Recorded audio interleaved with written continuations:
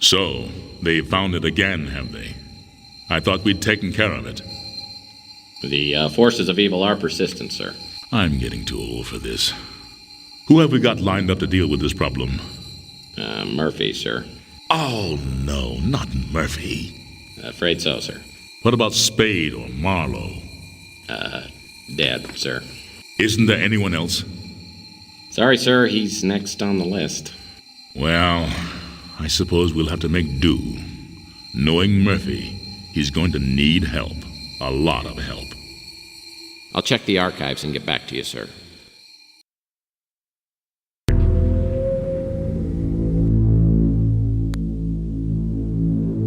No pestilence has ever been so fatal or so hideous. Blood was its avatar and its seal, the redness and horror of blood.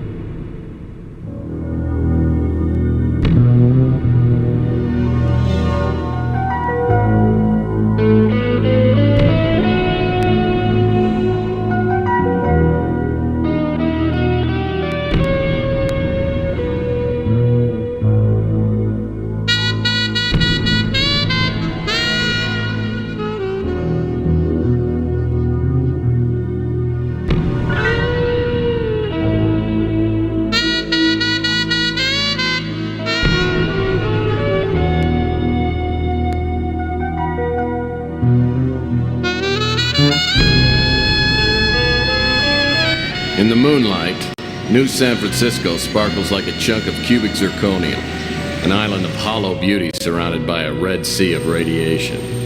5 million souls drowning in gamma rays. Some lucky people have a natural immunity to genetic mutation caused by the radiation. I'm one of them. Most of them live in the new city, but I don't. I live among the unlucky souls, the mutants and the destitute, and the wreckage of old San Francisco. My name's Tex Murphy. I'm a private detective. Or at least I used to be. Since my marriage hit the rocks, I haven't done much of anything. I went out tonight for the first time in a week, but all I ended up doing was spending the last of my money on a bottle of cheap bourbon. Now it's past midnight, and I'm staring out of the window of my office on the second floor of the Ritz Hotel. Just like me, the Ritz used to be something. Now it's just another grimy building in a rundown part of town. And I'm almost out of bourbon. My God, Murphy, you look like hell. Really hit bottom, didn't you?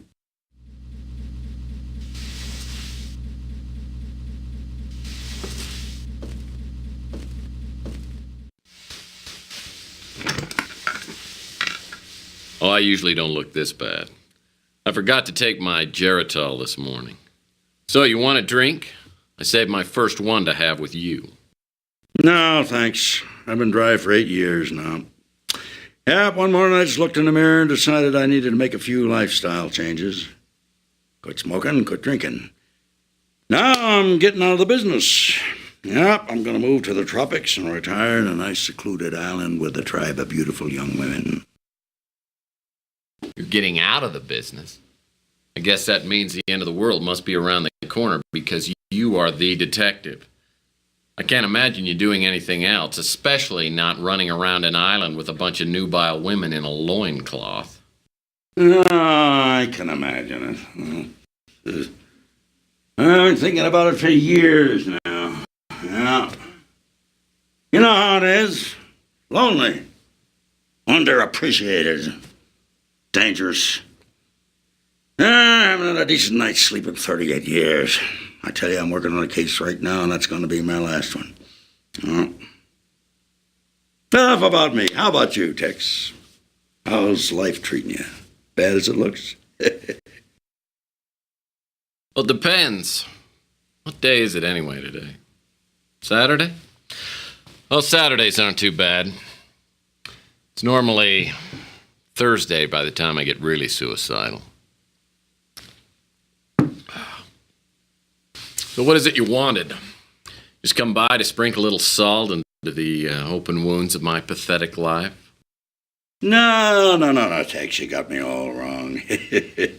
Just because you turned me in and got me suspended and humiliated me in front of my peers, you sold me out.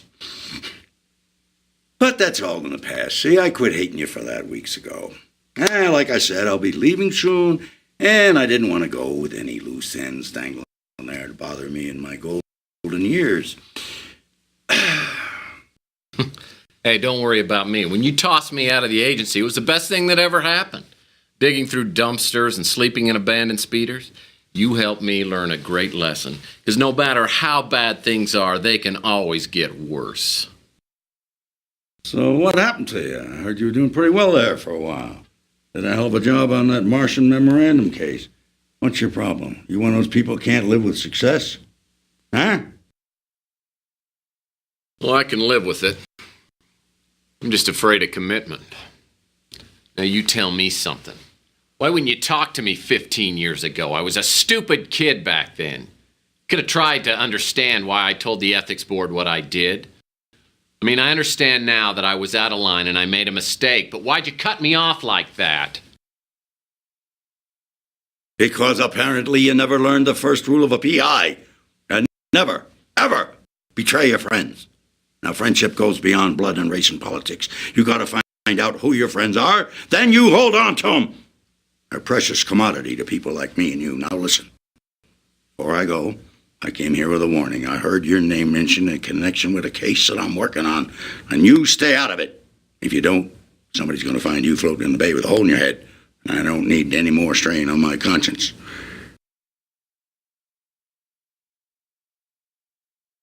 You know, frankly, I'm pretty insulted. Because I'm a pretty damn good detective, and I can take care of myself, thank you. No! Just remember what I said, Tex. Got no idea what kind of people we're dealing with here. Just keep out of my way. I'll send you a postcard.